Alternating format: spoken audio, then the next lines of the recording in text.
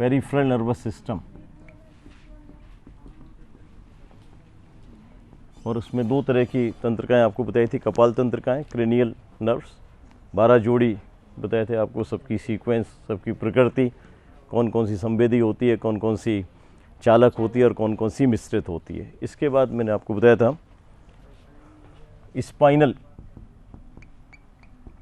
Spinal तंत्रिकाएं।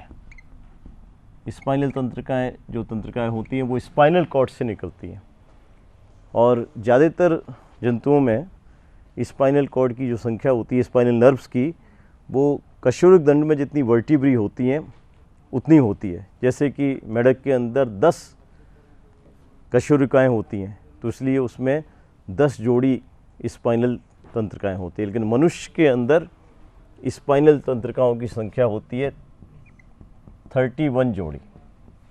और आपको बताया 31 जोड़ी जो होती है टोटल स्पाइनल तंत्रिका, जो 31 जोड़ी होती है, 31 जोड़ी तंत्रिकाओं में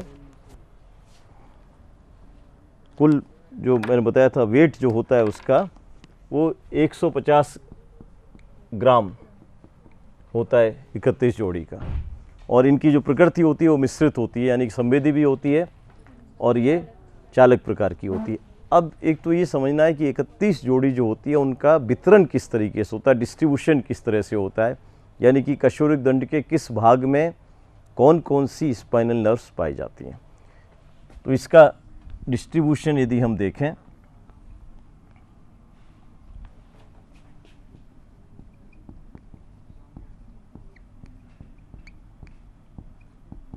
कशेरुक दंड का भाग,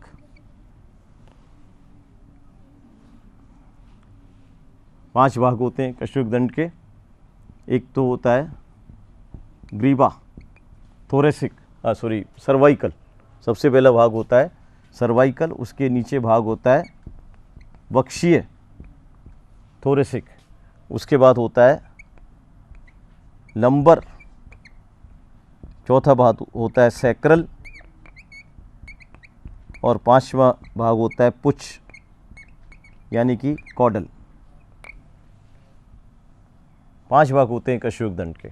तो सारी की सारी जो स्पाइनल तंत्रिकाएं होती हैं इन पांचों भागों के अंदर ही सीमित रहती हैं। अब कौन सी स्पाइनल तंत्रिकाएं किस भाग के अंदर पाई जाती हैं और उनकी जो संख्या है वो कितनी होती है। जैसे कि उदाहरण के तौर पर सर्वाइकल जो रीजन होता है हमारा, गर्दन वाला भाग होता है ग्रीवा, उसके अंदर कितनी कशेरुकाएं होती हैं, टोटल वर्टिब्रल कॉलम में कितनी होती हैं 33 टोटल होती हैं, लेकिन कुछ उसमें से आपस में जुड़ जाती हैं। तो 26 जो होती हैं उनको आप आसानी से डिस्टिंग्विश कर सकते हैं, उनको आप पहचान सकते हैं। किसी भी स्तनी के अंदर जो गर्दन के अंदर जो कशेरुकाएं होती हैं उनको हम कहते हैं ग्रीवा कशेरुकाएं। 7 होती है संख्या, चाहे वो छोटा हो एनिमल, माउस हो या बड़ा हो, कैमल हो या जिराफ हो। जिराफ के और कैमल के अंदर केवल उनका साइज बढ़ जाएगा, लेकिन नंबर जो होगा, संख्या जो होगी उनकी कशेरुकाओं की, वो 7 ही रहेगी। तो इसके अंदर 1 से 7, फर्स्ट से लेकर के और 7 जो स्पाइनल तंत्रिकाएं हैं वो किस रीजन में पाई जाती हैं, वो ग्रीवा वाले रीजन में पाई जाती हैं, यानी कि 7 जोड़ी।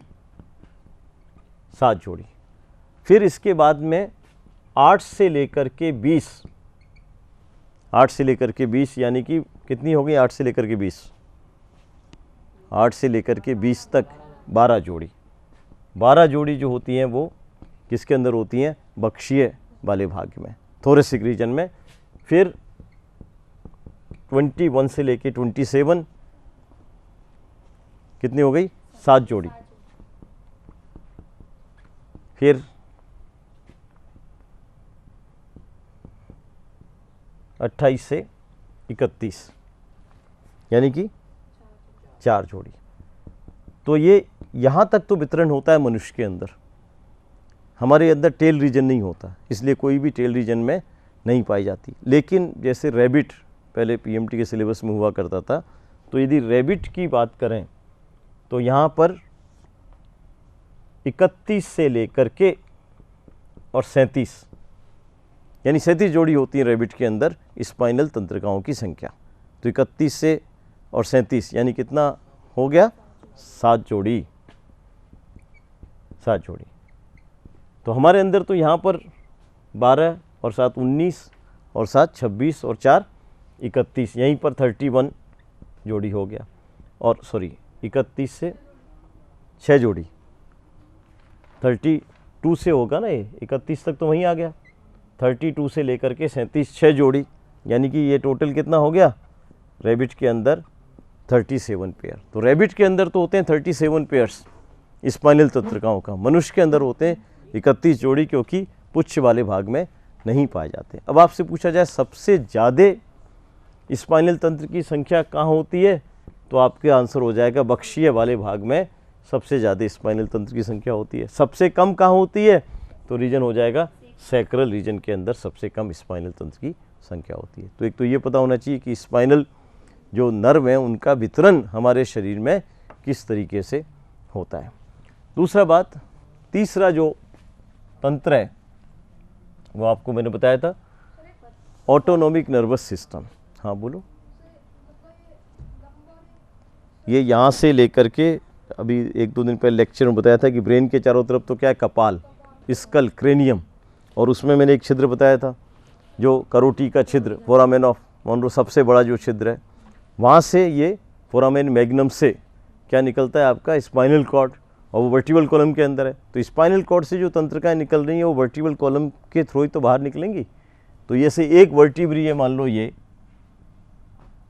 वर्टिब्री एक है, तो दूसरी वर्टिब्री इसके नीचे, तो ये दोनों वर्टिब्री जहाँ पर मिल रही हैं वहाँ पर एक छिद्र होता है, इंटर वर्टिब्रल फोरामेन। इंटर का मतलब अंतर, वर्टिब्री का मतलब कशेरुकी, दो कशेरुकियों के बीच में पाए जाने वाला छिद्र। तो स्पाइनल तंत्र कहाँ से निकलेगी, ये छिद्र से स्पाइनल तंत्र बाहर निकलेगी। तो इस तरीके से टोटल कितनी जोड़ी निकलती है? 31 दाईं तरफ और 31 बाईं तरफ, जो विभिन्न ऑर्गन्स को जाती है और उनकी एक्टिविटी को संचालित करती है। तीसरा तरह का जो मैंने तंत्र का तंत्र आपको बताया था ऑटोनॉमिक नर्वस सिस्टम, स्वास्थ्य तंत्र का तंत्र, स्वास्थ्य तंत्र का तंत्र यानी कि ऑटोनॉमिक नर्वस सिस्टम। और ऑटोनॉमिक नर्वस सिस्टम ये भी बताया था कि 2 तरह का होता है, एक तो होता है अनुकंपी, अनुकंपी लिखा हुआ है सिंपैथेटिक, और दूसरा होता है परा अनुकंपी पैरासिम्पैथेटिक। और दोनों के दोनों ये तंत्र होते हैं एक दूसरे के विपरीत कार्य करते हैं।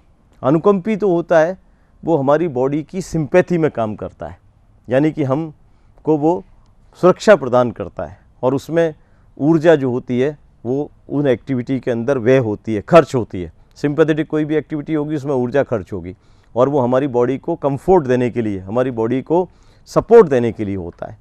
और उसके विपरीत जो होता है वो होता है पैरासिम्पैथेटिक, परा अनुकंपी, जिसमें कि ऊर्जा खर्च नहीं होती है।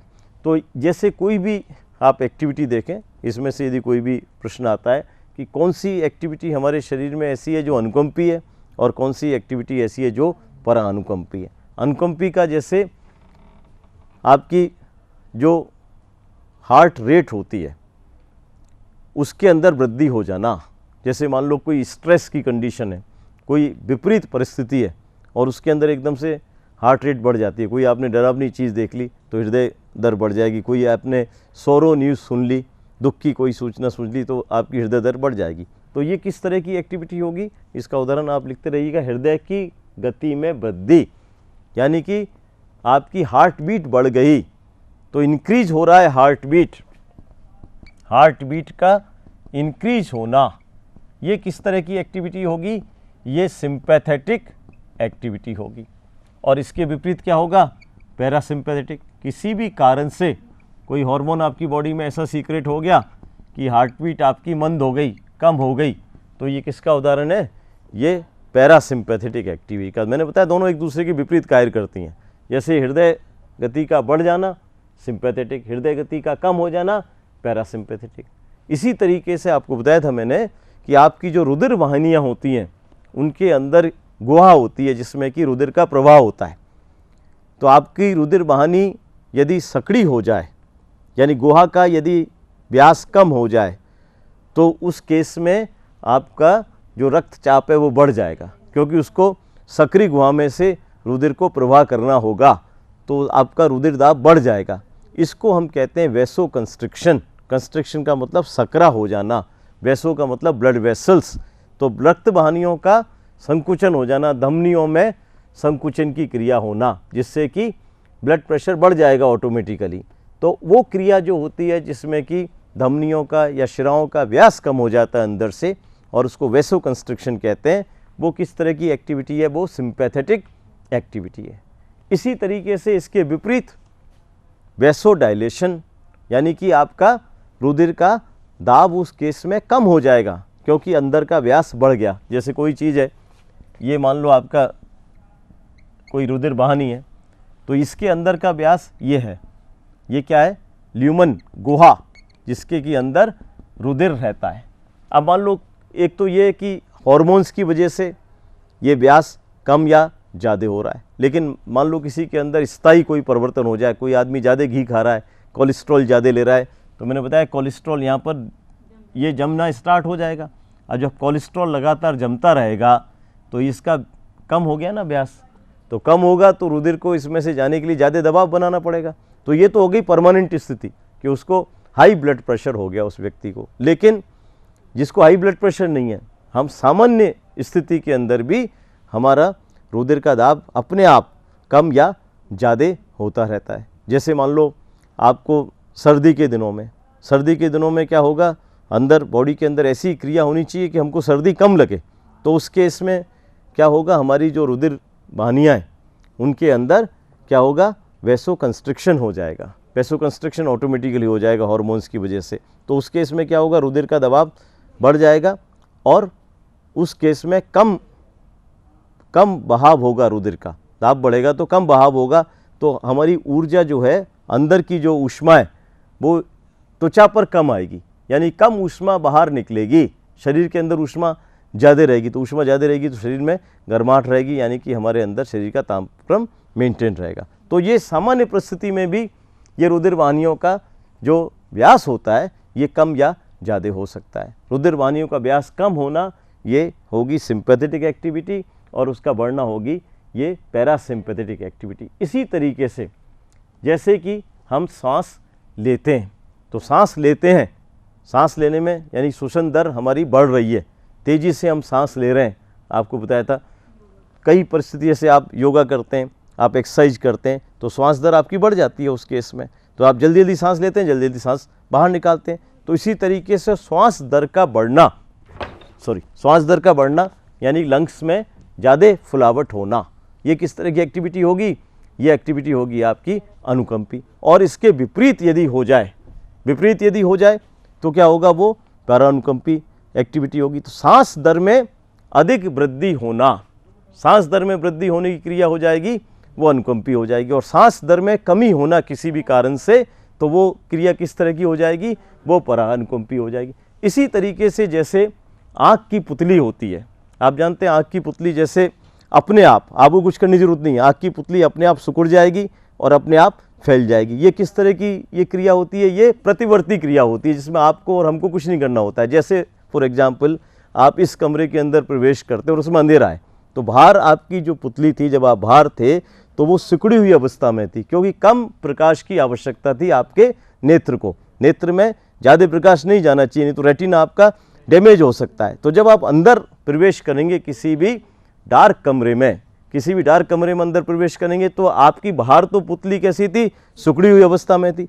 अब चूंकि आपको ज़्यादा प्रकाश की आवश्यकता है, तो उस समय पुतली अपने आप फैल जाएगी, और पुतली जब अपने आप फैल जाएगी तो जो भी प्रकाश आपको अवेलेबल है अंधेरे के अंदर, वो आपकी नेत्र में जाना प्रवेश करेगा और आपको उस जगह क्लियर दिखाई देगा। लेकिन इसमें समय लगता है, इसमें करीब 30 सेकंड से लेकर के 1 मिनट का समय लगता है। जैसे आप कभी मान लो आपने एक्सपीरियंस किया हो, आप किसी पिक्चर हॉल में जाएं और पिक्चर स्टार्ट हो गई हो, तो जो आदमी पहले बैठा हुआ है उसको तो सब कुछ दिखाई दे रहा है, अंधेरा है उसमें, क्योंकि उसकी पुतली का डायमीटर बड़ा हुआ है, वो पहले अपनी फैली हुई अवस्था में। लेकिन आप जाएंगे या आप बैठे हुए पहले से आपको ये अंदर प्रवेश करेगा देर से, तो कभी वो गिरेगा, कभी वो कुर्सी को टच करेगा, कभी वो साथ वाला उसको टॉर्च दिखा के ले जाएगा, क्योंकि उसकी पुतली कैसी है, वो सिकुड़ी हुई अवस्था में, फैली हुई नहीं है। जब तक वो पूरी नहीं फैल जाएगी उसको नहीं दिखाई देगा। ऐसे ही जब आप बाहर निकलेंगे, किसी अंधेरे कमरे से बाहर निकलेंगे, तो आपकी अंदर पुतली कैसी है, उसका व्यास ज़्यादा है। लेकिन बाहर आएंगे तो मान लो वो खुली रह गई तो आपकी आंख डैमेज हो सकती है,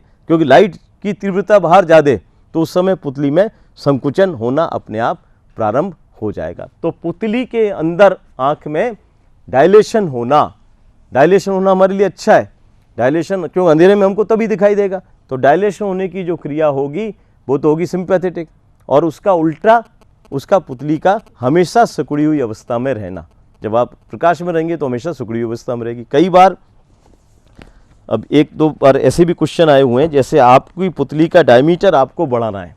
जैसे कई बार डॉक्टर के पास जाते हैं, नेत्र विशेषज्ञ के पास में, तो वो एक दवाई डालता है आँख में और उसके बाद में विजन टेस्ट करता है, तो उससे पुतली का डायमीटर बढ़ जाता है। तो वो उसको कौन सी दवाई डाली जाती है, ये पूछा जाता है। एम्स वगैरह का आप एग्ज़ाम दें कि हमारी आँख में पुतली का व्यास बढ़ाने के लिए कौन सी दवाई काम में ली जाती है, तो ये इसका नाम है एट्रोपिन। एट्रोपिन दवाई काम में ली जाती है। ये पुतली का व्यास बढ़ा देती है एट्रोपिन दवाई। और एट्रोपिन जो होती है किससे प्राप्त होती है, यदि आपने पढ़ा हो तो एक पौधा है उससे प्राप्त होती है, एट्रोपा वेलिडोना। एट्रोपा वेलिडोना नामक ये पौधे से एट्रोपिन दवाई बनाई जाती है। तो इसको आप डालेंगे तो पुतली का व्यास बढ़ जाएगा। और एक दूसरी दवाई होती है जिसको कहते हैं पिलोकार्पिन। यदि कोई ज़्यादा एडवांस क्वेश्चन आता है एम्स वगैरह में, बीएचयू में, तो उसमें इस तरह के प्रश्न पूछे जाते हैं कि कौन सी दवाई ऐसी है जो पुतली के व्यास को बढ़ाती है, तो एट्रोपिन हो जाएगा। एट्रोपिन कहाँ से प्राप्त होती है, तो उसका उत्तर होगा एक पौधा होता है एट्रोपिन बेलेडोना, उससे ये प्राप्त होती है। पुतली का व्यास कम करना, उसके लिए जो दवाई काम आती है उसको हम कहते हैं पिलोकार्पिन। ये किसी पौधे से नहीं मिलती, ये सिंथेसाइज करी जाती है लेबोरेटरी के अंदर, पिलोकार्पिन। तो ये व्यास बढ़ना पुतली का सिंपैथेटिक एक्टिविटी है, व्यास कम होना ये पैरासिम्पैथेटिक है। नेत्र की आप संरचना पढ़ेंगे तो आपको बताएंगे कि पुतली का कम होना कैसे कम होती है, उसके लिए पेशियां जिम्मेदार होती हैं। कम होने की विधि को हम क्या कहते हैं, और बढ़ने की विधि को, इसको कहते हैं मायोसिस। कम होना, पुतली के साइज को कम होना, ये मायोसिस कहलाता है। पुतली के साइज का बढ़ना कहलाता है माइड्राइसिस। ये नेत्र की संरचना आप पढ़ते हैं तो उसके अंदर आता है, और ये प्रतिवर्ती क्रिया अपने आप होने वाली क्रिया है। इसके बाद में आप देखें जो लैक्रिमल ग्लैंड्स होती हैं, लैक्रिमल ग्लैंड्स भी आइज़ के अंदर लैक्रिमल ग्लैंड्स होती हैं। लैक्रिमल ग्लैंड्स जानते हैं, अश्रु ग्रंथियाँ, ये कहाँ पर होती है, जैसे आप अपने नेत्र को खोलें तो जो अपर आईलिड है, ऊपरी जो पलक है, इसके अंदर के सिरे पर 3 ग्रंथियाँ इधर होती हैं और 3 ग्रंथियाँ इधर होती हैं। अश्रु ग्रंथियाँ का फंक्शन क्या है, नेत्र में आंसू का सीक्रेशन करना, टीयर्स का सीक्रेशन करना। तो टीयर्स का सीक्रेशन करना कोई अच्छी बात होती है क्या, या बेकार बात होती है, गलत बात क्या होती है? आँख की सफाई होती है। कैसे सफाई होती है आँख की? मैंने बताया था शुरू में आपको, पहले टॉपिक जब पढ़ाया था पाचन तंत्र के, हमारी जो स्लाइवा होती है, लार, उसके अंदर हमारा जो पसीना होता है उसके अंदर, और जो आंसू होते हैं उसके अंदर एक पदार्थ होता है जिसको कहते हैं लाइसोजाइम। लाइसोजाइम पदार्थ होता है।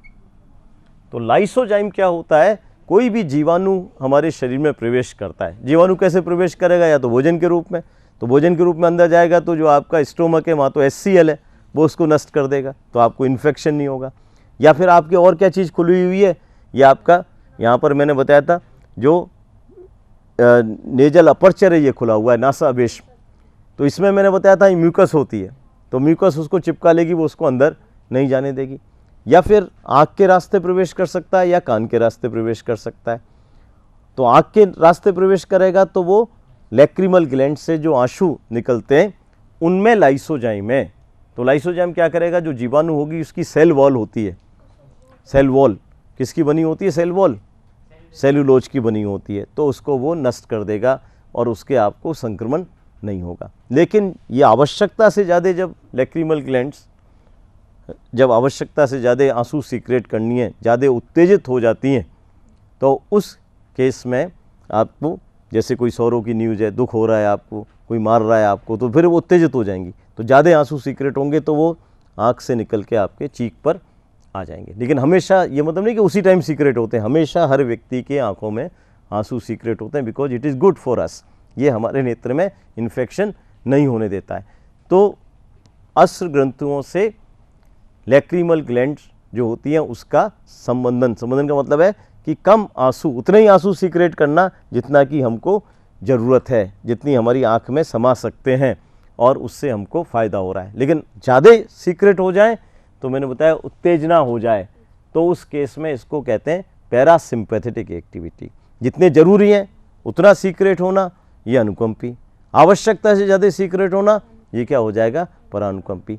तो ये तो हो गया, वो तो हो गया इनिबिशन, ये हो गया स्टिमुलेशन। इसी तरीके से आपकी जो एलिमेंट्री कैनाल होती है, मैंने बताया था उसके अंदर पेशियां होती हैं, और जो ईसोफेगस आपको बताया ग्रासनाल, उसकी जो पेशियां होती हैं वो क्रमाकुंचन गति उत्पन्न करती हैं, यानी कि भोजन को नीचे धकेलने में मदद करती हैं। और जब भोजन नीचे जाएगा, नहीं तो आपको उल्टा हो गया ये परसेंजन, तो वॉमिटिंग आएगी, तो उसको नीचे ईसोफेगस से ग्रासनाल से स्टोमक में, और स्टोमक से इंटेस्टाइन में। तो ये जो उत्तेजना होगी क्रमाकुंचन को तेज करेगी, बहुत जल्दी जल्दी फूड नीचे जाएगा, वो तो हो जाएगा पैरासिम्पैथेटिक एक्टिविटी। और एक अपनी गति से ही जा रहा है, उसमें उत्तेजना कुछ भी प्रदर्शित नहीं हो रही है, मंद गति से जा रहा है, तो वो किस तरह की एक्टिविटी होगी, वो सिंपैथेटिक एक्टिविटी होगी। इसी तरीके से आपको उत्सर्जन तंत्र पढ़ाया था, एक्सक्रीटरी सिस्टम। आपके मूत्राशय के अंदर एक डेफिनेट मात्रा में मूत्र इकट्ठा रह सकता है। कितनी मात्रा में बताया था, कितनी मात्रा में मूत्राशय के अंदर एक समय में मूत्र इकट्ठा रह सकता है। उससे ज़्यादा होगा तो आदमी को मूत्रण के लिए जाना पड़ेगा। 1.5 लीटर कैसे होगा भाई, 1.5 लीटर? मैंने बताया 200 से 250 मिलीलीटर मैक्सिमम है, मैक्सिमम है 200 से 250 मिलीलीटर। तो ये जब इतना इकट्ठा हो जाता है, ये भी रिफ्लेक्स एक्शन है, अपने आप होता है। एक तो आपको वॉइडिंग रिफ्लेक्स बताया, जिससे वो खाली हो जाता है मूत्राशय। तो जब जितना इकट्ठा होना होता है, उसके बाद में उसमें संकुचन प्रारंभ हो जाएगा। तो मूत्राशय के अंदर संकुचन, मूत्राशय के अंदर संकुचन होगा तभी जो यूरिनरी अपर्चर है, मूत्रीय छिद्र है, वो खुल जाएगा ऑटोमेटिकली, और मूत्राशय से मूत्र बाहर निकल जाएगा। उसके बाद में वो फैलेगा तभी तो किडनी से, वृक्क से, ये मूत्र नलिका के थ्रू दोबारा से मूत्राशय में मूत्र आना प्रारंभ हो जाएगा। तो संकुचन की जो क्रिया होती है मूत्राशय की, वो तो कहलाएगी सिंपैथेटिक एक्टिविटी, और उसके शिथिलन की क्रिया, वापिस अपनी जगह पर आ जाना, उसमें रिलैक्सेशन होना, वो किस तरह की एक्टिविटी होगी, पैरासिम्पैथेटिक। दोनों एक दूसरे के हमेशा विपरीत होती हैं। इसी तरह से गुदा के अंदर संकुचन होना और शिथिलन होना, गुदा से अपचित भोजन को बाहर निकालना, तो गुदा की पेशियों में संकुचन की क्रिया होगी। तो वो किस तरह की एक्टिविटी है, सिंपैथेटिक एक्टिविटी है। और उसके विपरीत जो हमेशा बनी रहती है, वो किस तरह की एक्टिविटी है, पैरासिम्पैथेटिक एक्टिविटी होती है। इसी तरीके से आप स्किन के अंदर हेयर से कुछ पेशियां जुड़ी रहती हैं, और उनको हम कहते हैं एरेक्टर पिल्लई मसल्स। जो हमारा हेयर का ये बाहर निकल रहा है, हेयर शेफ्ट, उसके नीचे हेयर फॉलिकल होता है। उस हेयर फॉलिकल से, जैसे हेयर फॉलिकल है, इस तरह की संरचना होती है, यहाँ पर कुछ पेशियाँ होती हैं। इन पेशियों को हम कहते हैं इरेक्टर पिल्लई मसल्स। तो लिखा हुआ है इरेक्टर पिल्लई मसल में संकुचन। इरेक्टर पिल्लई मसल में संकुचन हो जाए तो क्या होगा, हेयर्स खड़े हो जाते हैं, सीधे हो जाते हैं। तो हमारे लिए तो इसमें कोई किसी तरह का फ़ायदा नहीं है। लेकिन जो ऐसे जंतु होते हैं जिनके हेयर्स घने होते हैं, और जो ध्रुवीय प्रदेशों में रहते हैं जहाँ सर्दी बहुत ज़्यादा पड़ती है, तो उनके हेयर्स खड़े हो जाएंगे, तो उनका पूरा एक प्रोटेक्शन हो जाएगा। सारी बॉडी के बाहर एक टेम्परेचर प्रूफ ब्लैंकेट, जिसको कहते हैं कंबल, बन जाएगा, एक किस तरह का, ताप प्रतिरोधी, और उनको सर्दी कम लगेगी। और एक उसका फ़ायदा ये है कि हेयर्स खड़े हो गए तो उनकी जो आकृति है वो भयानक हो जाएगी। तो यदि कोई एनिमी या शत्रु है तो डर करके भाग जाएगा, उसको गूंज फ्लैश कहते हैं उसको। तो ये भी उसका फ़ायदा है। तो एरेक्टर पिल्लई मसल्स में संकुचन, जैसे कई बार सर्दी के दिनों में कहते हैं रोंगटे खड़े हो जाना, और डर की वजह से रोंगटे खड़े हो जाना, तो उसमें भी डर के समय भी विपत्ति में मैंने बताया था कौन सा हार्मोन, एड्रेनलिन हार्मोन सीक्रेट होता है। पूछा जाता है विपत्ति के समय, संकट के समय कौन सा हार्मोन हमारी बॉडी में सीक्रेट होता है, एड्रेनलिन हार्मोन। तो उससे जैसे उस समय भी इरेक्टर पिल्लई मसल्स में संकुचन होता है, तो हेयर्स खड़े हो जाते हैं, अलर्ट हो जाती है हमारी बॉडी। तो इरेक्टर पिलरी मसल्स में संकुचन होने की क्रिया ये सिंपैथेटिक है, और उसके अंदर उल्टा होगा संतुलन तो ये हो जाएगा। इसी तरीके से श्वेत ग्रंथियाँ जो पसीना देती हैं, श्वेत ग्रंथियों के स्त्रावन को बढ़ा देना, स्त्रावन को बढ़ा देने का मतलब नॉर्मल से ज़्यादा कर देना। जैसे गर्मियों के दिनों में ज़्यादा पसीना बाहर निकलेगा, ज़्यादा पसीना बाहर निकलेगा तो शरीर की जो एक्स्ट्रा हीट है वो ज़्यादा एनवायरनमेंट को दी जाएगी और उससे आपका टेम्परेचर कंट्रोल रहेगा, जिसको हम कहते हैं होमियोस्टेसिस। और आपको बताया हाइपोथैलेमस जो है मस्तिष्क के अंदर, हाइपोथैलेमस वाला भाग क्या है हमारी बॉडी में, थर्मोस्टेट, जो हमारी बॉडी के टेम्परेचर को रेगुलेट करता है। जरा सा भी वातावरण का टेम्परेचर बढ़ा गर्मी में, आपकी बॉडी को आभास हो जाएगा। तो बॉडी क्या करेगी, हाइपोथैलेमस को इमीडिएट पता चल जाएगा, हाइपोथैलेमस निर्देश देगा किसको, श्वेत ग्रंथियों को, कि वो स्वेट पसीना ज़्यादा बाहर निकालें। इसलिए तो 1.5 से 2 लीटर तक पसीना बाहर निकलता है गर्मियों के दिनों में, जबकि सर्दी के दिनों में केवल मैक्सिमम 500 ml पसीना बाहर निकलेगा। तो जब ज़्यादा पसीना बाहर निकलेगा इसका मतलब ज़्यादा हीट आपकी बॉडी की बाहर एनवायरनमेंट को दी जा रही है, ज़्यादा हीट बाहर दी जा रही है, इसका मतलब आपकी बॉडी का टेम्परेचर कम हो रहा है। तो नॉर्मल से ज़्यादा बढ़ाना ये तो सिंपैथेटिक एक्टिविटी है, ये तो काम की चीज़ है हमारे, और नॉर्मल रखना उसको, ये किस तरह की एक्टिविटी है, पैरासिम्पैथेटिक। तो ये पता होना चाहिए कौन सी सिंपैथेटिक एक्टिविटी और कौन सी पैरासिम्पैथेटिक एक्टिविटी होती है। अब ये तो हो गया तीनों तरह का तंत्र का तंत्र, केंद्रीय तंत्र का तंत्र, पर्दीय तंत्र का तंत्र और श्वास तंत्र का तंत्र। अब इसके बाद में तंत्र का तंत्र जिन संरचनाओं से मिलके बना होता है, यानी कि तंत्र का कोशिकाएं, न्यूरॉन, उनकी संरचना किस तरह की होती है। नेक्स्ट लिखिएगा, तंत्र का कोशिका की संरचना।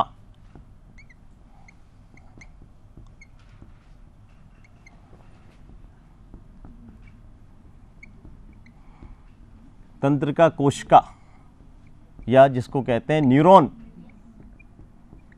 कई बार पेपर में जरूर नहीं तंत्र का कोशिका लिखा है, न्यूरॉन लिखा आएगा, मतलब इंग्लिश के शब्द को हिंदी में लिख दिया जाएगा कि संरचना, स्ट्रक्चर ऑफ न्यूरॉन। अब देखिए ब्रेन के अंदर ही मैंने आपको बताया था सबसे ज़्यादा तंत्र का कोशिकाएं ब्रेन में पाई जाती हैं। कितना बताया था आपको, 100 बिलियंस के करीब न्यूरॉन्स पाए जाते हैं अकेले ब्रेन के अंदर। और न्यूरॉन जो है तंत्र का कोशिका शरीर की सबसे लंबी कोशिका होती है। ये पूछा जाता है सबसे बड़ी कोशिका हमारे शरीर में कौन सी है, तो उसका उत्तर आपको पता होना चाहिए, तंत्र का कोशिका सबसे बड़ी कोशिका होती है। यानी कि कुछ मिलीमीटर से, कुछ तो इतनी छोटी होगी बहुत मिलीमीटर में, और कुछ ऐसी होगी वो 3.5 फीट तक लंबी हो सकती है। यानी आपकी जो टो है, नीचे जो पैर जो है, फुट, वहाँ से लेकर के और ब्रेन तक आपके शरीर में केवल एक अकेली तंत्र का कोशिका हो सकती है। तो 3.5 फीट तक लंबी हो सकती है कोई भी एक सिंगल कोशिका। तो इसलिए तंत्र का कोशिका शरीर की सबसे बड़ी कोशिका के रूप में जानी जाती है। दूसरा, आप पढ़ते हैं हर कोशिका के अंदर कोशिका द्रव्य होता है, इसमें भी कोशिका द्रव्य होता है। इसके कोशिका द्रव्य में सबसे अधिक पानी होता है। इसके प्रोटोप्लाज्म में सबसे अधिक 90 से लेके 92% तक, सबसे कम तो मैंने बताया था आपको, पाचन तंत्र के अंदर सबसे कम पानी किस में होता है, कौन सी कोशिका में होता है, इनेमल, टूथ का जो वाइट पार्ट आपको दिख रहा है बाहर से, इनेमल ऑफ टूथ बताया आपको, कितना % होता है, 6%। तो इसलिए वो सबसे हार्ड पार्ट है बॉडी का। सबसे हार्ड पार्ट पूछा जाता है तो बोन बताते हैं, गलत है, मैंने बताया आपको, इनेमल ऑफ टूथ सबसे ज़्यादा हार्ड पार्ट होता है।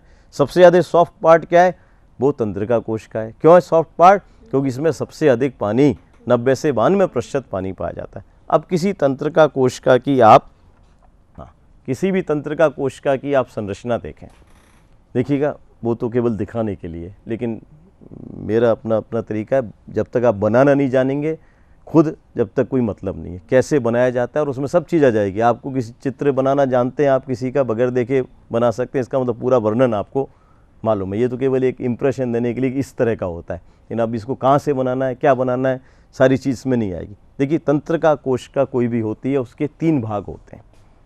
सबसे पहला जो भाग होता है तंत्र का कोशिका का, वो सबसे बीच वाला भाग, जो इसमें लिखा हुआ है पिक्चर के अंदर, सेल बॉडी। सेल बॉडी कहें या उसको हम कहते हैं साइटोन।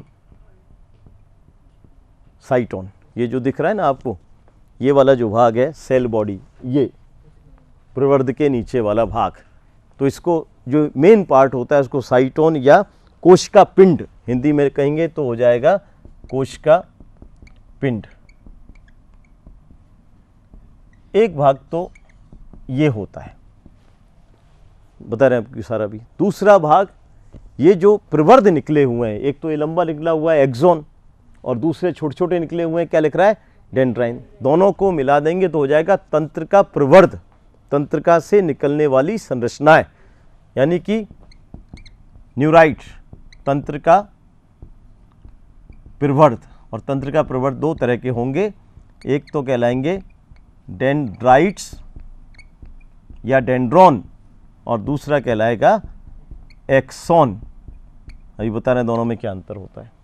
और कभी कभी जो इस पिक्चर में नहीं बताया गया है, साइड ब्रांच भी निकलती हैं, किससे, तंत्रिका से, और उस साइड ब्रांच को हम कहते हैं कॉलेटेरियल।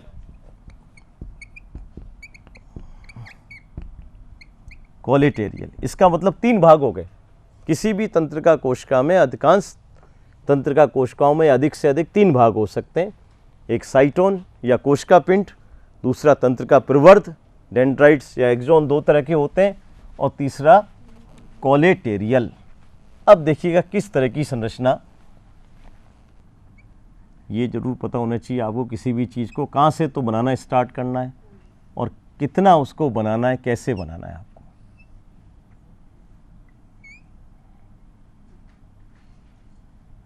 देखिए पहले तो यहाँ तक की रचना समझिएगा। ये मैंने क्या बनाया, उसका आगे वाला भाग।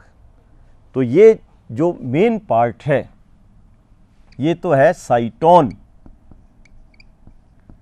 पहले तो साइटोन बनाया। साइटोन के अंदर क्या होता है, एक तो केंद्रक होता है बड़ा सा, जैसे हर एक कोशिका के अंदर न्यूक्लियस होता है, केंद्रक होता है, और केंद्रक के बाहर क्या होता है, कोशिका द्रव्य, साइटोप्लाज्म।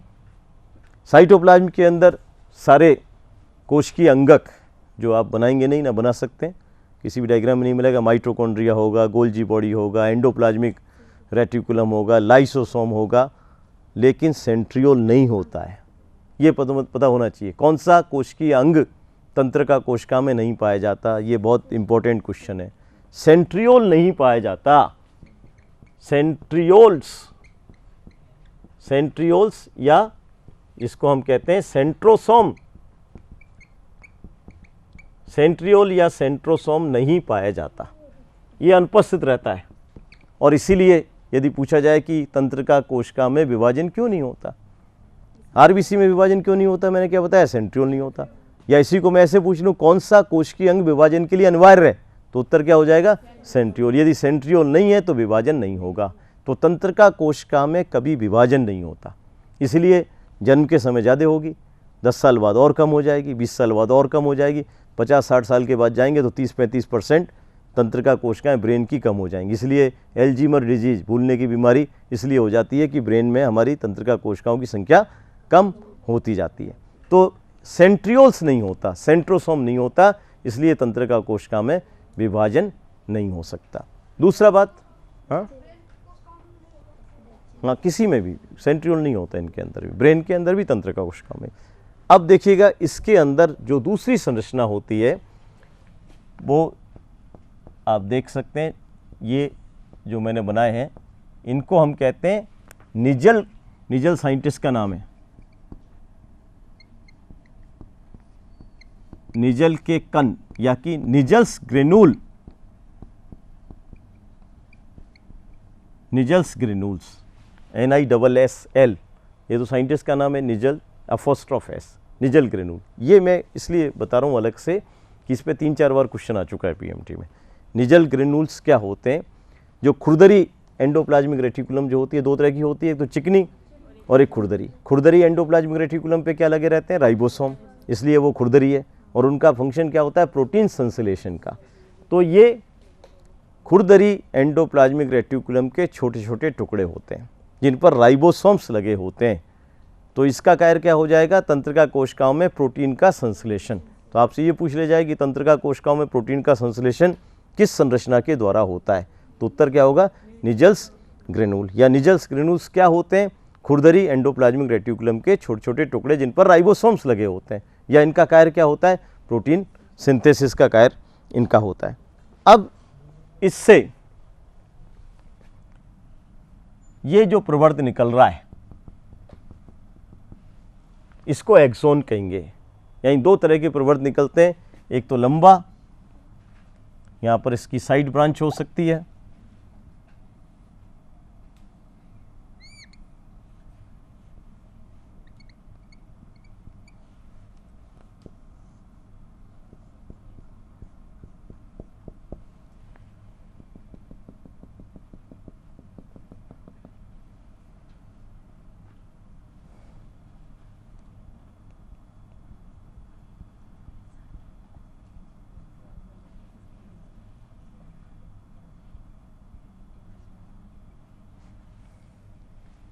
अब देखिएगा ये जो प्रवर्त है लंबा, ये तो क्या है एक्सोन, ये वाली संरचना तो है एक्सोन।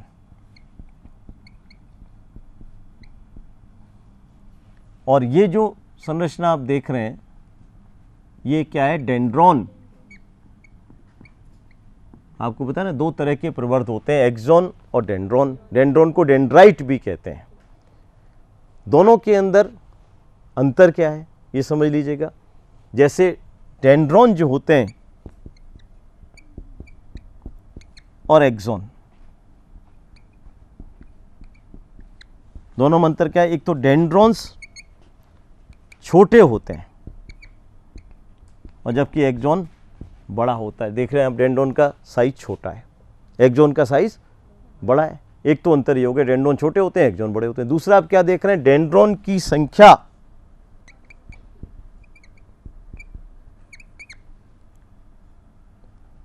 एक से अधिक होती है, जबकि एक्सोन संख्या के अंदर हमेशा एक होते हैं। कभी एक्सोन की संख्या एक से ज़्यादा नहीं होती है, डेंड्रॉन की संख्या एक से अधिक होती है। दूसरी बात, यदि मान लो मैं कोई संवेदन दूं, जैसे मेरी त्वचा को कोई आदमी टच करता है या मैं अपनी ही स्किन को टच कर रहा हूं, तो ये संवेदन हो गया। टच क्या हो गया? स्पर्श संवेदन। तो यहाँ पर इस संवेदन को कौन ले रहा है? जो तंत्रिकाएं उसके डेंड्रॉन ले रहे हैं। तो किसी भी संवेदन को रिसीव कौन करता है? डेंड्रॉन। और उसको किस में परिवर्तित कर देता है? आवेग के अंदर परिवर्तित कर देता है। तो डेंड्रॉन में एक क्षमता होती है। तीसरा अंतर क्या हो जाएगा? डेंड्रॉन के अंदर ये क्षमता होती है कि वो संवेदन को आवेग में परिवर्तित कर सकते हैं। डेंड्रॉन किसी भी संवेदन को आवेग के अंदर परिवर्तित कर सकता है। डेंड्रॉन को आप कोई भी संवेदन दें, चाहे वो रासायनिक है, चाहे स्पर्श कर रहे हैं, चाहे विद्युत संवेदन है, कोई भी संवेदन है, उसको ये आवेग में परिवर्तित कर सकता है। एक्सोन में ये गुण नहीं होता। एक्सोन को आप कोई संवेदन दें तो एक्सोन उसको किसके अंदर परिवर्तित नहीं कर सकता, ये उसको आवेग के अंदर परिवर्तित नहीं कर सकता। दूसरी बात, जब आवेग बन जाएगा, जब आवेग उत्पन्न हो जाएगा, तो डेंड्रॉन उस आवेग को कहाँ लेके आएगा? साइटोन तक लेके आएगा। चौथा अंतर क्या होगा? डेंड्रॉन आवेग को साइटोन की ओर लेकर के आता है। दिशा क्या होगी आवेग की? डेंड्रॉन से साइटोन की तरफ होगी। तो आवेग को साइटोन की तरफ कौन लेके आता है? डेंड्रॉन। और उसको साइटोन से दूर लेके कौन जा रहा है? उसको एक्सोन। तो डेंड्रॉन से साइटोन की तरफ आवेग आता है और साइटोन से एक्सोन के द्वारा दूसरी तंत्रिका में प्रसारित कर दिया जाता है। तो एक अंतर क्या हो गया? डेंड्रॉन का कार्य आवेग को साइटोन की ओर लेके आना है और एक्सोन का कार्य उस आवेग को साइटोन से दूर लेकर के जाना है। और एक अंतर और है कि ये जो निजल्स बॉडीज़ हैं, ये निजल्स बॉडीज़ ये डेंड्रॉन में पाई जा सकती हैं कुछ, जबकि एक्सोन में ये अनुपस्थित रहती हैं। ये दोनों के अंदर डिफरेंस होते हैं 5 या 6 डेंड्रॉन और एक्सोन के अंदर। अब देखिएगा जो एक्सोन यहाँ से निकल रहा है, ये वाला भाग जहाँ से ये निकल रहा है, साइटोन का वह भाग जहाँ से एक्सोन निकल रहा है, उसको हम कहते हैं एक्सोन ग्रीका, यानी कि एक्सोन हिल्लक। साइटोन का वह पार्ट जहाँ से एक्सोन निकलता है उसको एक्सोन ग्रीका या एक्सोन हिल्लक कहा जाता है। एक्सोन तंत्रिका कोशिका का सबसे बड़ा भाग है। यानी आपकी मान लो 3.5 फीट की यदि एक तंत्रिका कोशिका है तो 3 फीट से ज़्यादा का तो एक्सोन ही होगा, उसमें सबसे बड़ा भाग एक्सोन होता है। किस तरह का भाग है? लंबा है और बेलनाकार सिलेंड्रिकल है। एक्सोन के चारों तरफ जो मेम्ब्रेन पाई जाती है, ये जो प्लाज्मा झिल्ली है एक्सोन के चारों तरफ, इस प्लाज्मा झिल्ली को, ये पूरा भाग तो एक्सोन है, समझे ना आप, दोनों का मतलब एक नहीं समझे, ये इसकी बात कर रहे हैं हम। एक्सोन के चारों तरफ जो मेम्ब्रेन होती है उसको एक्सोलिमा कहते हैं। प्लाज्मा लिमा तो सब में होती है, मैंने बताया था पेशी के बाहर प्लाज्मा लिमा है, पेशी कोशिका के बाहर, तो उसका नाम था सार्कोलिमा। एक्सोन के बाहर जो प्लाज्मा झिल्ली है उसका नाम क्या हो जाएगा? एक्सोलिमा। तो ये एक्सोन के बाहर जो प्लाज्मा झिल्ली है उसको हम एक्सोलिमा कहते हैं, ना कि उसको सार्कोलिमा नाम दिया जाता है। अब यहाँ पर अंतिम जो भाग होता है वो एक्सोन का फूला हुआ होता है, और वहाँ पर क्या बनेगा? दूसरा, यहाँ पर तंत्रिका कोशिका आएगी तो साइनेप्सिस बनेगा। तो ये भाग जो फूला हुआ है उसको हम कहते हैं साइनेप्टिक नोव, यानी कि ये युग्माबंदी। साइनेप्सिस की हिंदी क्या होती है? युग्माबंदी। तो इसको कहा जाएगा साइनेप्टिक नोव या युग्माबंदी। हिंदी में पढ़ेंगे तो थोड़ा मुश्किल होगा, बल्कि सुम्नाबंदी कंध, साइनेप्टिक नोव इसको कहते हैं। नोव का मतलब बटन जैसी स्ट्रक्चर, फूली हुई संरचना। और इसके अंदर मैंने आपको बताया था ये एसिटाइल कोलिन, पेशी आपको पढ़ाई थी, एसिटाइल कोलिन, एसिटाइल कोलिन की वेसिकल्स, गोलाकार संरचना इसमें पाई जाती हैं। और इनका निर्माण कौन करता है? माइटोकॉन्ड्रिया। ये पूछा जाता है कौन सा सेल ऑर्गेनल ऐसा है जो कि एसिटाइल कोलिन वेसिकल्स को बनाता है, तो वो हो जाएगा माइटोकॉन्ड्रिया। अब इसके बाद क्या आ जाएगा? दूसरा जो तंत्रिका कोशिका है उसका डेंड्रॉन इसके बाद में आ जाएगा, उसका डेंड्रॉन आ जाएगा। तो ये डेंड्रॉन आ गए इसके बाद में दूसरे कोशिका के, और इसलिए ये दोनों के बीच की जो जगह होगी वो कहलाएगी सिनेप्सिस।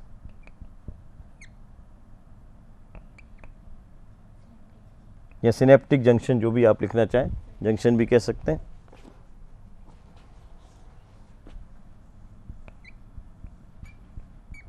सिनेप्सिस इसको कहेंगे। तो ये तो इसकी संरचना हो गई। और ये जो साइड में निकल रही है, ये मैंने क्या बताया था, ये जो ब्रांच निकल रही है इसको कॉलेटेरियल, तीसरा जो है जो उस पिक्चर में नहीं बनाया गया है, इसको कॉलेटेरियल कहा जाता है। और कॉलेटेरियल से ये जो ब्रांच निकल रही हैं, ये जो आप देख रहे हैं ना, इनको कहते हैं टीलोडेंड्रिया। टीलो यानी टर्मिनल, अंतिम, टीलोडेंड्रिया। और ये टीलोडेंड्रिया कहाँ पर एंड हो रहे हैं? ये प्रभावी अंग, प्रभावी अंग क्या होगी? या तो मसल होगी या ग्लैंड होगी, तो यानी वहाँ पर जाकर के ये एंड हो जाते हैं। यानी एक तो ये सिचुएशन रहे कि एक तंत्रिका कोशिका के बाद दूसरा तंत्रिका कोशिका है, फिर तीसरा है, और अंतिम तंत्रिका कोशिका कहाँ जाके मिल जाए? किसी पेशी से मिल जाए। लेकिन साइड में भी तो पेशियाँ होंगी, तो साइड में इन पेशियों को आवेग कौन देगा? ये कॉलेटेरियल देगा। कॉलेटेरियल की रचना एक्सोन की रचना के समान होती है, उसमें कोई भी अंतर नहीं होता है। अब एक्सोन के अंदर जो साइटोप्लाज्म है उसको नाम दिया जाता है एक्सोप्लाज्म। जैसे मैंने आपको बताया था पेशी के अंदर जो साइटोप्लाज्म है उसको क्या कहेंगे? सार्कोप्लाज्म कहेंगे। ऐसी एक्सोन के अंदर जो कोशिका द्रव्य होगा उसको नाम दिया जाएगा एक्सोप्लाज्म। ये तो होती है इसकी संरचना। लेकिन दो तरह के न्यूरॉन्स होते हैं, पता होना चाहिए आपको। एक तो ऐसा न्यूरॉन जो जिसके चारों तरफ कोई भी मेडुलरी शीथ नहीं पाई जाए, यानी इसके चारों तरफ, ये तो होती है न्यूरोलिमा, इसके चारों तरफ एक मेम्ब्रेन होगी, उसको कहते हैं न्यूरिलिमा, न्यूरिलिमा। लेकिन कुछ ऐसे भी न्यूरॉन्स होते हैं जिनके चारों तरफ एक आवरण होता है एक्सोन के चारों तरफ, और वो आवरण किसका बना होता है? इसके चारों तरफ ऐसे ये माइलिन शीथ,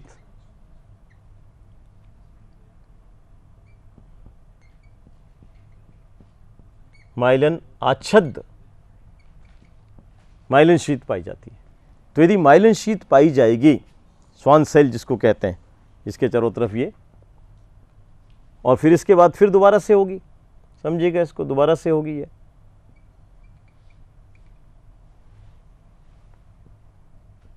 तो जहां पर ये पाई जाती है उस जगह को कहते हैं इंटरनोड। जैसे ये जो पाई जाने वाली जगह, ये तो क्या कहलाएगी, इंटरनोड।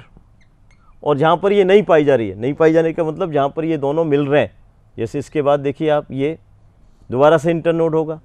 लेकिन एक जगह आप देख रहे हैं कि जहां पर ये नहीं है, कौन सी जगह, ये वाली जगह, जहां दो इंटरनोड मिलते हैं वहां पर माइलिन शीथ नहीं है, मेडुलरी शीथ वहां पर नहीं है, उस जगह को कहते हैं नोड। और रेनवियर वैज्ञानिक ने इसको खोजा था, तो इसलिए इसको रेनवियर की नोड के नाम से जानते हैं। रेनवियर की संधि या रेनवियर की नोड। नोड यानी फूला हुआ भाग। तो नोड और इंटरनोड एक दूसरे के एकांतर क्रम में हो गए।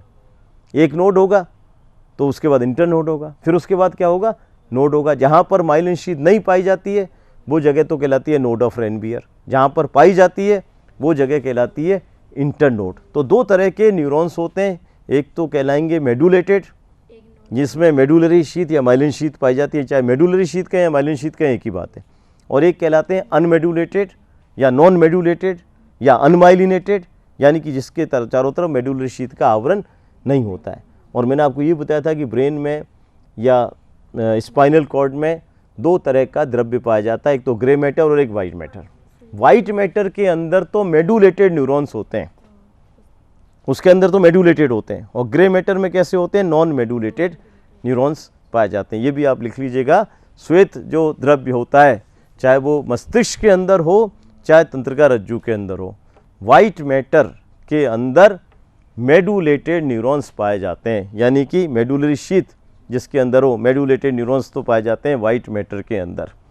और ग्रे मैटर के अंदर होते हैं नॉन मेडुलेटेड न्यूरॉन्स, या जिनको हम कहते हैं अनमेडुलेटेड न्यूरॉन्स, वो ग्रे मैटर के अंदर पाए जाते हैं। अब एक क्वेश्चन ये पूछा जाता है कि ये जो मेडुलरी शीथ है, माइलिन शीथ जिसको आप कह रहे हैं, ये किसकी बनी होती है। मेडुलरी शीथ या माइलिन शीथ जो है ये किस पदार्थ की बनी हुई होती है। मेडुलरी शीथ या माइलिन शीथ किस पदार्थ की बनी हुई होती है, जानते हो उत्तर किसके बनी होती है, फॉस्फोलिपिड। बायोमोलिक्यूल्स आप पढ़ते हैं प्रोटोप्लाज्म, तो उसमें फॉस्फोलिपिड यानी ऐसा लिपिड जिसमें फॉस्फोरिक एसिड हो उसको कहते हैं फॉस्फोलिपिड। फॉस्फोलिपिड की बनी हुई होती है ये माइलिन शीथ। फॉस्फोलिपिड यानी कि फॉस्फोरस जिसके अंदर पाया जाए। अब फॉस्फोलिपिड तो कई तरह के होते हैं, फॉस्फोलिपिड में सही उत्तर क्या हुआ, एक तो फॉस्फोलिपिड, इस तरह की कैटेगरी आ गई फॉस्फोलिपिड, स्फिंगोलिपिड। इसको उसका उदाहरण हो जाएगा स्फिंगोमाइलिन। फॉस्फोलिपिड कौन से फॉस्फोलिपिड की बनी होती है, स्फिंगोमाइलिन नामक फॉस्फोलिपिड की माइलिन शीथ बनी होती है। अब माइलिन शीथ का फायदा क्या है अभी आपको बता रहे हैं। माइलिन शीथ पाई जाएगी तो उसको माइलिनेटेड या मेडुलेटेड न्यूरॉन कहेंगे, माइलिन शीथ नहीं पाई जाएगी तो उसको अनमेडुलेटेड या, तो ये इस तरह का ये न्यूरॉन की संरचना होती है। अब जो न्यूरॉन्स होते हैं उनके प्रकार क्या होते हैं, न्यूरॉन के प्रकार, एक तो होता है अध्रुवीय यानी कि एपोलर, अध्रुवीय एपोलर टाइप के न्यूरॉन्स। एपोलर टाइप के न्यूरॉन्स कैसे होंगे, जैसे मान लो कोई ऐसा न्यूरॉन है जिसके अंदर साइटोन है और उसके अंदर केंद्रक है, साइटोन है और केंद्रक है, कोशिका द्रव्य है, लेकिन प्रवर्ध नहीं है, तंत्रकीय प्रवर्ध नहीं है, एक्सोन और डेंड्रोन नहीं है, तो इसके अंदर दिशा निर्धारित नहीं हुई कि आवेग को किधर से किधर जाना है। आवेग की दिशा मैंने क्या बताई, एक तरफ जाता है आवेग, डेंड्रॉन से एक्सोन की तरफ। आवेग की दिशा निम्न में से कौन सी होती है, डेंड्रॉन से एक्सोन, दूसरा एक्सोन से डेंड्रॉन, डेंड्रॉन से साइटोन, यानी डेंड्रॉन से साइटोन भी सही है, साइटोन के होकर के जाएगा, लेकिन कभी उल्टा नहीं जा सकता आवेग। अब इसमें जब चूंकि तंत्र का प्रवर्धी नहीं है तो आवेग की दिशा निर्धारित नहीं है, वो किधर भी किसी भी दिशा में जा सकता है। और ये जो न्यूरॉन्स होते हैं ये प्रिमिटिव होते हैं।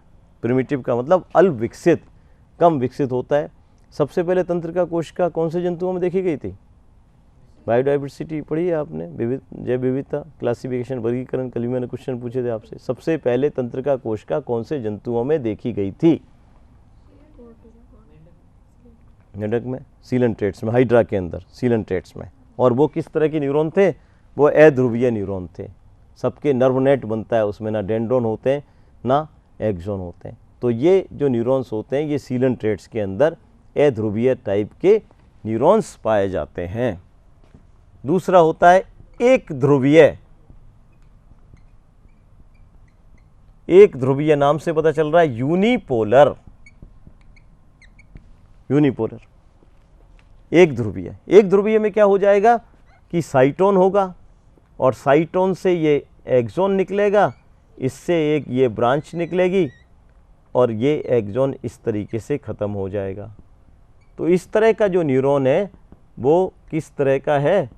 वो यूनिपोलर न्यूरॉन है। साइटोन, साइटोन से ये तंत्र का प्रवर्ध, तंत्र का प्रवर्ध जिसको हम एक्सोन से कंपेयर कर सकते हैं, यानी एक ही दिशा है इसके अंदर, दोनों तरफ की साइटोन के तरफ तंत्र का प्रवर्ध नहीं पाए जाते हैं। और ये कुछ जगह पर ही पाए जाते हैं, सब जगह नहीं होते। हमारे शरीर के अंदर जो 5th क्रेनियल नर्व है, 7th क्रेनियल नर्व है, 9th क्रेनियल नर्व है, 10th क्रेनियल नर्व, जो 5th cranial nerve, 7th cranial nerve, 9th cranial nerve, 10th cranial nerve कपाल तंत्र का है। इनके जो पोस्टीरियर रूट होते हैं, पश्च भाग जो इनके होते हैं, वहाँ पर यूनिपोलर टाइप के न्यूरॉन्स पाए जाते हैं। तो ये भी एक इम्पॉर्टेंट क्वेश्चन है। 5th का नाम क्या बताया था कल मैंने आपको? हाँ, ट्राइजेमिनल। Very good. क्या विशेषता है ट्राइजेमिनल की? सबसे बड़ी कपाल तंत्र का होती है। 7th क्या बताया था? 6 है अब्डूसेंस। 7th क्या बताया था? याद किया, कोशिश की तुमने याद करने की? 7th क्या बताया था बताइए? ऑडिटरी 8th है, 6 बताया तुमने, 8th बता दिया, 7th नहीं बताया। ये देख के बताया तुम रजिस्टर में से। फेशियल, फेशियल 7th होती है। 9th glossopharyngeal. 10th और एक को पता रहता है, ऐसा कुछ नहीं है। वेगस, 10th वेगस होती है। इन सबके अंदर क्या समानता है? इन सबके अंदर क्या समानता है ये बता दीजिए सोच करके। हाँ, सारी की सारी मिक्स टाइप की कपाल तंत्रिकाएं, मिश्रित कपाल तंत्रिकाएं सारी की सारी। 5th 7th का उदाहरण बताए थे आपको, 5th 7th 9th 10th मिश्रित। तो इनके अंदर मिश्रित वाले में यूनिपोलर देखा गया है।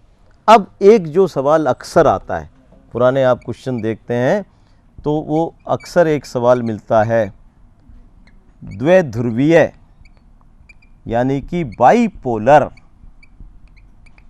बाइपोलर जो तंत्रिका कोशिकाएं होती हैं वो क्या होती हैं? बाइपोलर का मतलब कि एक तरफ तो उसके डेंड्रोन है, फिर आ गया साइटोन, और एक तरफ क्या आ गया उसके? एक्सोन आ गया। एक तरफ डेंड्रोन है, ये साइटोन है, और ये क्या आ गया? एक्सोन आ गया। तो डेंड्रोन की संख्या एक ही है इसमें, एक से ज़्यादा नहीं है डेंड्रोन की संख्या। तो एक डेंड्रोन है, बीच में साइटोन है, एक तरफ एक्सोन हो, तो अपने आप क्या हो गया? द्विध्रुवीय। अब क्वेश्चन क्या आता है? द्विध्रुवीय तंत्रिका कोशिकाएं हमारे शरीर में कहाँ पर पाई जाती हैं? ये बहुत ही एक महत्वपूर्ण सवाल है। द्विध्रुवीय तंत्रिका कोशिकाएं मानव शरीर में कहाँ पर पाई जाती हैं? एक तो होती है हमारे नेत्र में, आई में। अब आई में कहाँ होगी मान लो पूछा जाए, अक्सर इसी का उत्तर ये होता है रेटिना। नेत्र के रेटिना के भाग में पाई जाती है, रेटिना ऑफ आई। नेत्र की संरचना पढ़ेंगे तो रेटिना ऑफ आई के अंदर बाइपोलर न्यूरॉन्स होते हैं। फिर दूसरी चीज़ और कहाँ पर, जो आपका नासावेश में नेजल एपिथेलियम, नोज के अंदर नासावेश की एपिथेलियल कोशिकाओं में, यानी आँख में हो गई, नाक में हो गई। और तीसरा कान के अंदर कॉक्लिया, कॉक्लिया जो हियरिंग स्ट्रक्चर है, कर्ण के कॉक्लिया वाले भाग में, यानी कहने का मतलब हो गया आई के अंदर नेत्र में, कर्ण का मतलब हो गया ईयर, और नोज यानी कि नासिका के अंदर। तीनों के अंदर, तीनों ही हमारे संवेदी अंग है, महत्वपूर्ण संवेदी अंग, इनमें बाइपोलर न्यूरॉन पाए जाते हैं। और एक होता है अंतिम बहुध्रुवीय, बहुध्रुवीय नाम से पता चल रहा है, बहुध्रुवीय का मतलब हो गया मल्टीपोलर। मल्टीपोलर से क्या संबंध है यहाँ पर, मल्टीपोलर का क्या मतलब है, जिसमें अनेक डेंड्रॉन्स हों, लेकिन एक्सोन कभी एक से ज़्यादा नहीं होगा। मैंने क्या बताया था, डेंड्रॉन की संख्या एक से अधिक है, डेंड्रॉन की संख्या एक से अधिक है, एक्सोन एक ही होगा। ये जो डायग्राम बनाया है ये मल्टीपोलर का है। और हमारे शरीर में अधिकांश जो तंत्रिका कोशिकाएं होती हैं वो मल्टीपोलर होती हैं। तो आपको तो मल्टीपोलर तो पता है ही, इसका उदाहरण पता होना चाहिए, उसका उदाहरण पता होना चाहिए, इसका उदाहरण पता होना चाहिए। ये अच्छे क्वेश्चंस हैं जिनको डिफ़िकल्ट क्वेश्चंस हम मानते हैं। अब क्या होता है, संवेदन, यानी कि स्टिमुलस क्या होता है, संवेदन क्या होता है। कोई भी हम बाहरी वातावरण से कुछ ग्रहण करते हैं जिसके बारे में हमारे शरीर को पता चल जाए, वो क्या है, संवेदन है। कोई भी बाहरी वातावरण में कोई परिवर्तन हो और आपको पता चल जाए, वो क्या कहलाएगा, संवेदन कहलाएगा। पता कैसे चलेगा, वो तो पूरी मैकेनिज्म पढ़नी पड़ेगी आवेग की। लेकिन संवेदन कितना तरह का हो सकता है। एक तो संवेदन है यांत्रिक,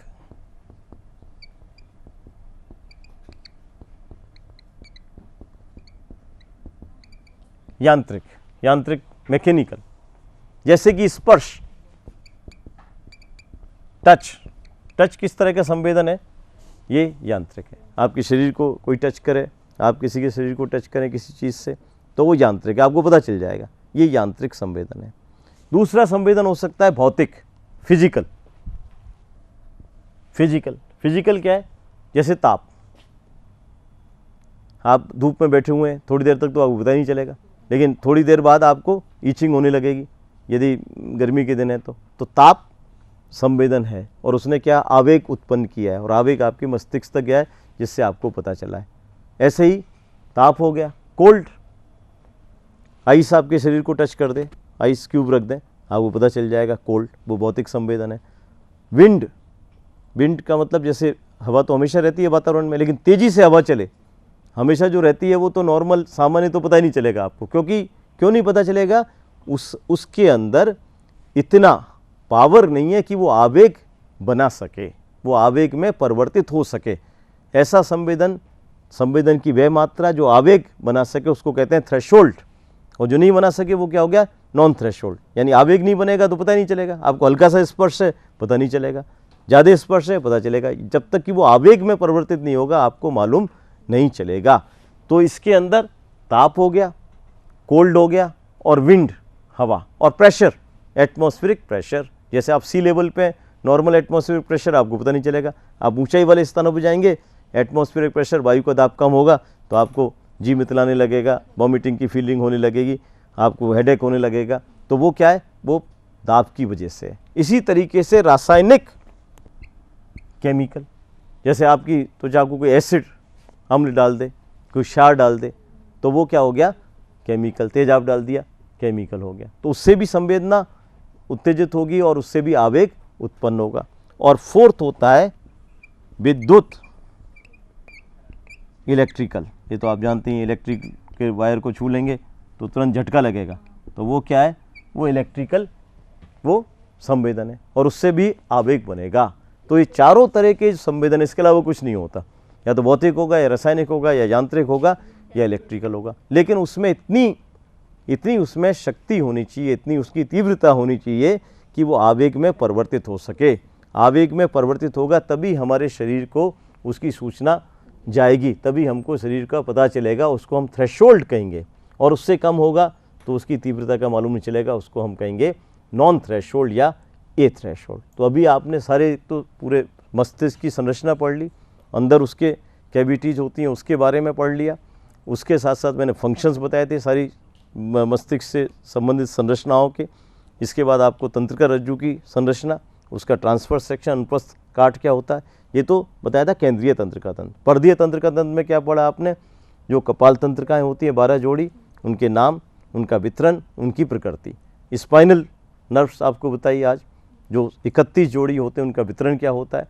फिर श्वास तंत्रिका तंत्र में अनुकंपी और पराकंपी कौन कौन से उदाहरण होते हैं। फिर न्यूरॉन की संरचना। अब इसके अंदर क्या पढ़ेंगे, आवेग का संचरण कैसे होता है, साइनेप्टिक ट्रांसमिशन कैसे होता है, और प्रतिवर्ती क्रियाएं क्या होती हैं। ये एक चैप्टर, एक आपके लेक्चर में कल कंप्लीट हो जाएगा। फिर उसके बाद दूसरा चैप्टर स्टार्ट करें।